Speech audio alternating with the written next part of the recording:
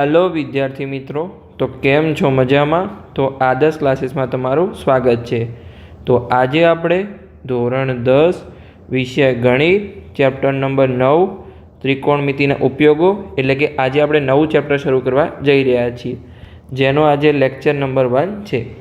आ lecture में आपणे introduction अने केटलाक सूत्रोनी वात करीशुं, एटले के इंट्रोडक्शन अने फॉर्म्युलानो लेक्चर छे।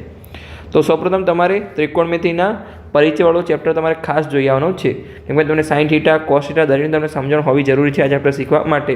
तो जेने पण चैप्टर 8 ना दरेक लेक्चर ना जोया तो ए दरेक लेक्चर जोई आवे पछी ज आ चैप्टर पर शुरुआत करे। तो चलो आपणे शुरुआत करीए। तो आमां आपणे बे कोण शीखवाना छे, खूणाओ।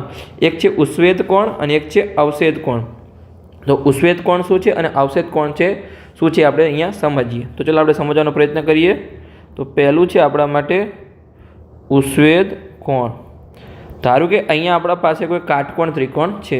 चलो आपणे अहींया काटकोण त्रिकोण लईए अने आपणे दोरवानो प्रयत्न करीए। आ आपणा पासे काटकोण त्रिकोण छे, जेने आपणे नाम आपी दईए कि त्रिकोण ए बी अने सी। आपणा पासे काटकोण त्रिकोण छे एने आपणे नाम आपीशुं कि अहींया ए छे, खूणो बी छे, आपणो काटखूणो छे अने अहींया आपणो सी खूणो छे। तो अहींया धारो कि आ जे ए बी छे ए आपणो कोई टावर छे अथवा कोई धांभलो छे अथवा कोई दीवादांडी छे, कोई शिरोलंब वस्तु छे। धारो कि आपणे टावर धारी लईए अने जे आ सी बिंदु छे त्यां कोई तमे अवलोकनकार ऊभो छे। आपणे धारी लईए कि कोई माणस अवलोकनकार ऊभो छे, अवलोकनकार।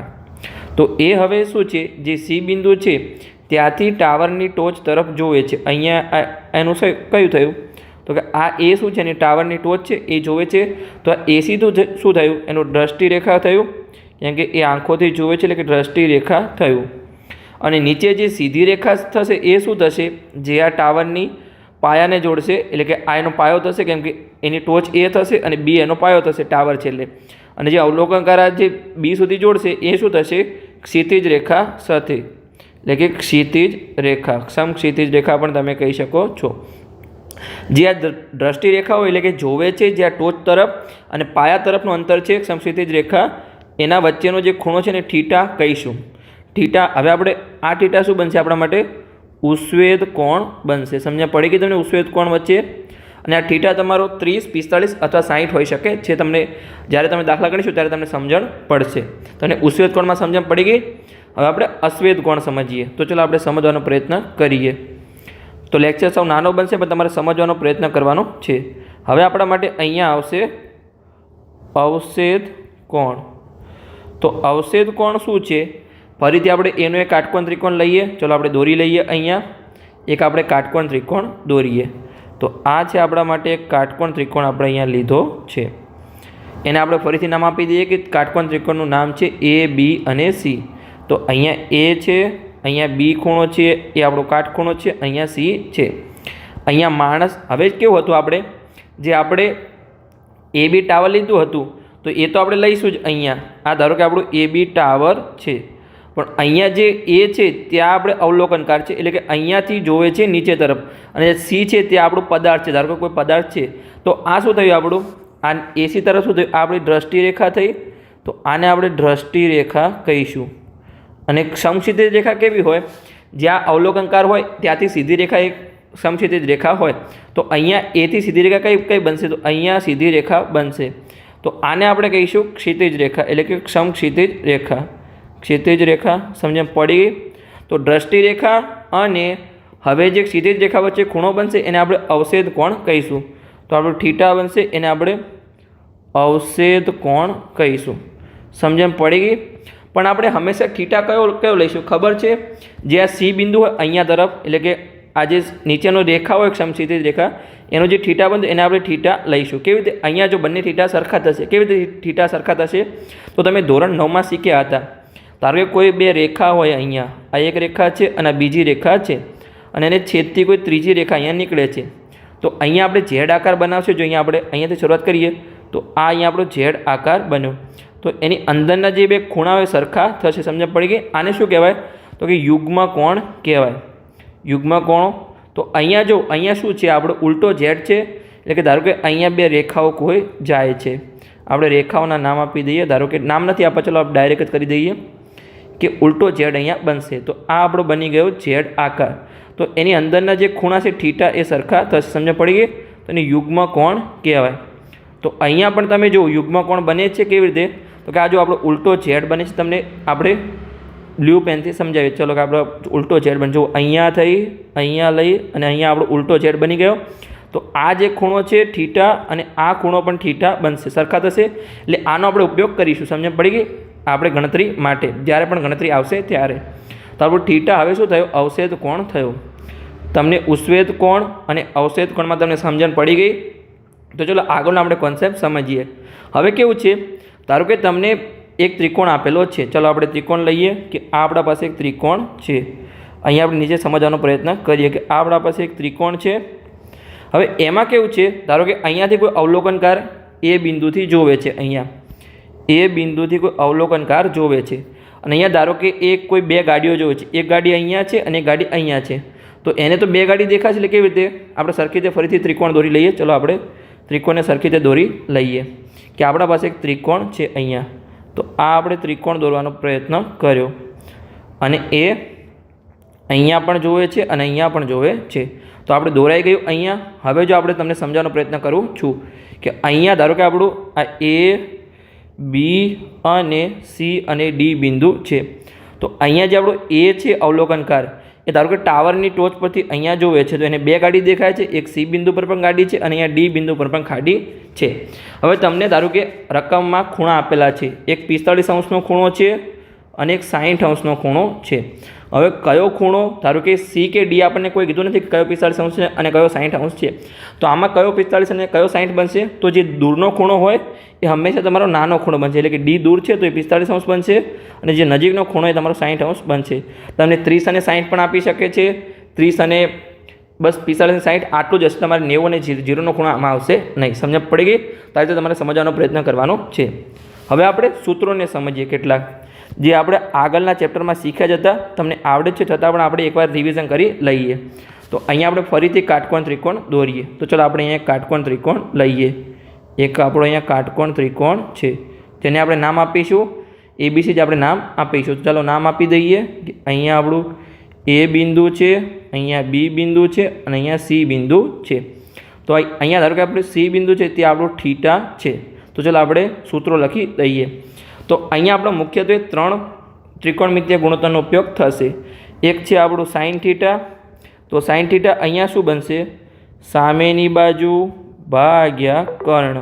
તો હવે અહીંયા જુઓ, અહીંયા શું છે? બી આપણો કાટકોણ ત્રિકોણ છે. તો જે એની સામેની બાજુ એ આપણી કર્ણ બને. તો અહીંયા એસી કર્ણ છે. તો જો થીટાની સામેની બાજુ કઈ છે? જો તમે અહીંયા જુઓ, થીટાની સામેની બાજુ છે એ બી, કેમ કે આની સામેની બાજુ તો એ બી બનશે અને કર્ણ એસી છે. તો એ બી ભાગ્યા એસી થશે. સમજ પડી ગઈ? બીજો આપણો ત્રિકોણમિતીય ગુણોત્તર છે કોસ થીટા. તો અહીંયા આપણે લઈએ કોસ થીટા. તો કોસ થીટા શું બનશે? પાસેની બાજુ ભાગ્યા કર્ણ. તમને ખબર જ છે, આગળના ચેપ્ટરમાં આપણે શીખ્યા છીએ. તો થીટાની પાસેની બાજુ કઈ છે? બીસી છે, એટલે કે બીસી ભાગ્યા એસી. સમજ પડી ગઈ? અને ત્રીજો આપણો ત્રિકોણમિતીય ગુણોત્તર આ ચેપ્ટરમાં ઉપયોગ થશે એ છે ટેન થીટા. તો ટેન થીટા શું થશે? સાઇન થીટા ભાગ્યા કોસ થીટા થશે. એટલે કે કર્ણ કર્ણ ઉડી જશે. સાઇનમાં શું છે? સામેની બાજુ અને કોસમાં છે પાસેની બાજુ. તો ટેન થીટા શું થશે? સામેની બાજુ ભાગ્યા કર્ણ. એટલે કે થીટાની સામેની બાજુ કઈ છે? એ બી છે અને પાસેની બાજુ બીસી છે. તો સમજ પડી ગઈ? આ તમારા 3 ત્રિકોણમિતીય ગુણોત્તરનો ઉપયોગ થશે. કોસેક થીટા, સેક થીટા અને કોટ થીટાનો આ ચેપ્ટરમાં કોઈ પણ ઉપયોગ થશે નહીં. એટલે તમારે યાદ રાખવાની જરૂર નથી. પણ તમે આગળના ચેપ્ટર માટે યાદ રાખી શકો છો, જેમાં ત્રિકોણમિતિયનો પરિચયવાળું ચેપ્ટર હતું એના માટે, ચેપ્ટર નંબર 8. તો સમજ પડી ગઈ? હવે દરેક માટે આપણે ખૂણાઓના માપ શોધી લઈએ. તો અહીંયા મેં એક બોક્સ બનાવી રાખ્યો છે. તો ચાલો આપણે ખૂણાઓના માપ શોધી લઈએ અને તમને શીખવાડીશ પણ હું કે કેવી રીતે તમારે ખૂણાઓના માપ શોધવાના છે. તો પહેલાં આપણે અહીંયા લખી શકીએ કે ખૂણાઓ માટેના ત્રિકોણમિતીય ગુણોત્તર. ચલો લખી દઈએ ખૂણા માટેના ત્રિકોણમિતીય ગુણોત્તર. તો હવે જો અહીંયા આપણે ખૂણાનું માપ લઈશું, એટલે કે 0° લઈને 90° સુધી આપણે ખૂણાના માપ લઈશું. ખૂણાના માપ મુખ્યત્વે તમારા 30, 45 અને 60નો ઉપયોગ થશે. કોઈ દાખલામાં 0 અથવા 90નો ઉપયોગ થઈ શકે છે. તો અહીંયા 0°, પછી 30°, પછી 45°, પછી 60° અને છેલ્લે 90° આવશે. અહીંયા આપણે 3 જ ત્રિકોણમિતિય ગુણોત્તરનો ઉપયોગ થશે, એટલે કે sin θ, પછી cos θ અને છેલ્લું છે આપણું tan θ. તો અહીંયા આપણે ખાલી આટલું જ યાદ રાખીશું. હવે તમારે કેવી રીતે યાદ રાખવાનું છે એ મેં આગળના ચેપ્ટરમાં શીખવાડ્યું હતું, ફરીથી અહીંયા તમને શીખવાડું છું. તો અહીંયા જે આપણું સાઇનવાળું છે એમાં તમારે શું કરવાનું છે, જે 0 હોય છે 1, પછી 2, 3, 4, સોરી અહીંયા 0થી તમારે શરૂઆત કરવાની છે. 0, 1, 2, 3 અને 4 લખી દેવાનું છે. જેમ 0° છે ત્યાં 0, 30° છે ત્યાં 1, 45 ત્યાં 2, 60° છે ત્યાં અને 90° છે ત્યાં 4 તમારે લખી દેવાનું છે. પછી તમારે હવે શું કરવાનું છે, દરેકને તમારે 4 વડે ભાગી દેવાનું છે. કે 4 વડે ભાગ્યા, અહીંયા પણ 4 વડે ભાગ્યા, અહીંયા પણ 4 વડે ભાગ્યા, 3ને પણ 4 વડે ભાગ્યા અને 4ને પણ 4 વડે ભાગ્યા. આવું તમને યાદ રાખવાની ટ્રીક શીખવાડું છું, તમારે ગોખવું પડશે નહીં. હવે દરેકનું તમારે વર્ગમૂળ લેવાનું છે. દરેકનું તમારે વર્ગમૂળ લેવાનું છે. ચાલો આપણે દરેકનું વર્ગમૂળ લઈએ. હવે જો અહીંયા 0ને કોઈ પણ સંખ્યા વડે ભાગો, એનો આન્સર શું આવશે, 0 જ આવશે. તો વર્ગમૂળમાં 0 આવશે અને વર્ગમૂળ 0નું વર્ગમૂળ 0 જ મળશે. એટલે કે 0° આન્સર તમને અહીંયા 0 મળશે. સમજ પડી ગઈ? પછી જો 1/4 છે તો એનું વર્ગમૂળમાં શું થાય, નીચે 4 છે એટલે કે 2નો વર્ગ થશે, 1નું વર્ગમૂળ 1 જ નીકળશે અને 2નો વર્ગ છે એટલે વર્ગ નીકળી જશે, 1/2 આપણને આન્સર મળશે. ચાલો આપણે નીચેના સ્ટેપમાં લખી દઈએ કે અહીંયા 0 = 0 અને અહીંયા બરાબરમાં 1/2 આવશે. તો અહીંયા લખી દઈએ કે sin 30 આપણને મળશે 1/2. આવું તમને યાદ રાખવાની ટ્રીક શીખવાડું, તમારે ખાસ યાદ રાખવાની જરૂર છે, એટલે તમારે ગોખવું નહીં પડે.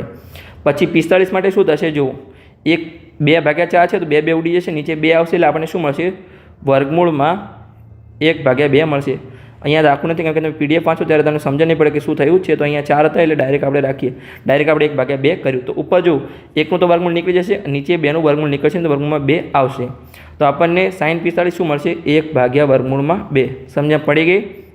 હવે જો 3/4 છે તો વર્ગમૂળમાં 3 તો એમના રહેશે, 4 એટલે કે 2નો વર્ગ છે એટલે કે વર્ગ નીકળી જશે અને 2 બહાર આવી જશે.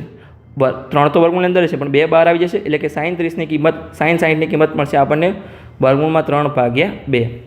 પછી 4/4 તો 4 ઉડી જશે, વર્ગમૂળમાં 1 આવશે અને 1નું વર્ગમૂળ આપણને 1 જ મળશે. તો આપણને સમજ પડી કે આ તમને મળી ગયા દરેક ત્રિકોણમિતિય ખૂણા માટેના ગુણોત્તર. હવે જોઈએ આપણે cos માટે શું થશે, તો સાઇનનું ઉલટું. તો અહીંયા જો 0 હતા તે 1 થશે, ઉલટું તમારે ઉલટી શરૂઆત કરવાની છે. અહીંયાથી જુઓ તો શું થશે, હવે વર્ગમૂળમાં 3/2, પછી 1/2, પછી 1/2 અને 0. આ તમારે યાદ રાખવાની કોઈ જરૂર પડશે નહીં, તમને ખાલી શું યાદ રાખવાનું છે, 0 થી 4 લખી દેવાના છે, પછી 4 વડે ભાગવાના છે, દરેકનું વર્ગમૂળ લેવાનું છે એટલે તમને sin θની કિંમત મળી જશે. પછી cos એનું ઉલટું છે, tan શું થશે, sin/cos થશે, એટલે કે 0/1 0 જ થાય. પછી જો tan 30 શું થશે, sin 30/cos 30, એટલે કે અહીંયા જો 2 ઉડી જશે અને 1/3 તમને મળશે. પછી અહીંયા tan 45 sin 45 સોરી અને cos 45 મળશે, બંને સરખા છે તો ભાગાકારમાં ઉડી જશે એટલે કે આપણને એક આન્સર મળશે. પછી tan 60 તો કે sin 60/cos 60, 2 ઉડી જશે, વર્ગમૂળમાં 3/1 એટલે વર્ગમૂળ 3 જ મળશે. પછી tan 90 તો કે sin 90/cos 90 એટલે કે 1/0, જે આપણને અવ્યાખ્યાયિત મળશે. કોઈ પણના ભાગાકારમાં 0 હોય તો એ અવ્યાખ્યાયિત હોય, તમારે ખાસ યાદ રાખવાનું છે. તો તમને દરેક ખૂણાના માપ યાદ રાખ્યા તો બસ અહીંયા આપણો લેક્ચર પૂર્ણ થઈ ગયો. લેક્ચર સારો લાગ્યો હોય તો ચેનલને સબસ્ક્રાઈબ કરી શકો છો અને તમારા મિત્રો સાથે વિડીયોને શેર પણ કરી શકો છો. આગળના લેક્ચરથી આપણે ઉદાહરણ અને પછી આપણે સ્વાધ્યાયના દાખલા ગણાવીશું.